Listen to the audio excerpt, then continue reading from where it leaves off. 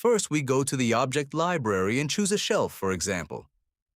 We will use this model to create an interlocking system with the assistant. Then we go back to the AI chat and type, for example, 3 connections each. The assistant replies with a preview and shows where the connection points will be placed. If that looks right, we confirm with yes, and the interlocking system is being created. At the bottom left, you can see how many connection points have already been created and how many remain. For every pin, a matching recess is created automatically on the corresponding partner part. With the Explode tool, the parts move apart, so we can inspect the connection points more clearly. Red arrows show how the parts fit together. If we want more or fewer connections, we go back to the chat. Instead of 3 connections each, we type 5 connections each, then confirm with yes. The interlocking system is being updated to 5 connection points per contact face.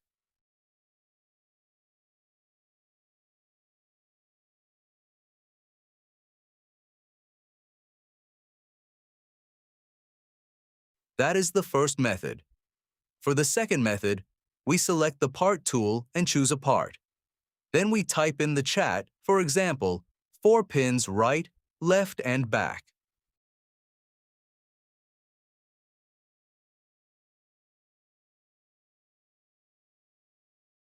We confirm with yes, and 4 pins are being created on each of those sides.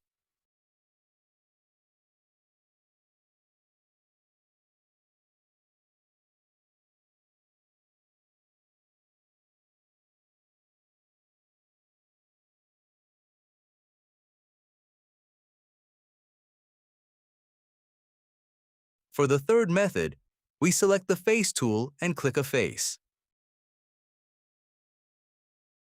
By holding Shift, we can select several faces at once.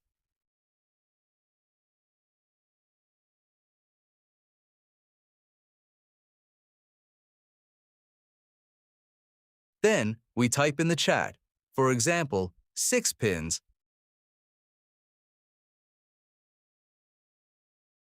and confirm with yes.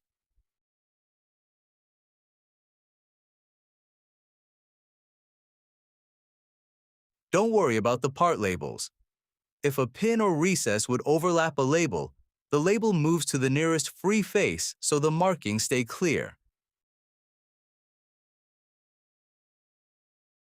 For the fourth method, we create connection points manually with the Contour tool.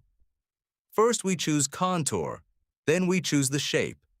For automatic pins and matching recesses, the rectangular shape is the most reliable.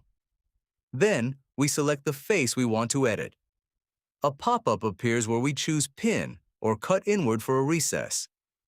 If we choose Pin, a matching recess is created automatically on the partner part. We enter the dimensions for the shape. We can also choose how the shapes are distributed, for example across the whole face, across adjacent faces, or on every second face. We can set the corners square or rounded. Square corners are the most reliable. Currently, rounded shapes can cause issues with matching recesses and with 3D export. This will be fixed in the upcoming updates. We click Apply, then click the position where we want the contour.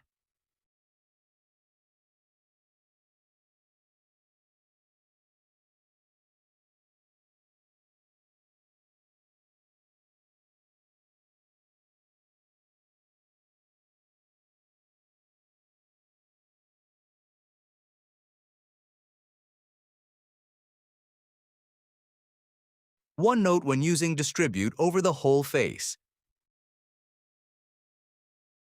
Pins near the edges may appear without a clean matching recess.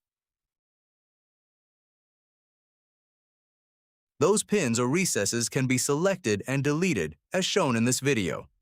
This behavior will also be improved in upcoming updates. In the next video, we will have a look at flattening, sheet size, and DXF export, followed by a check in a laser software.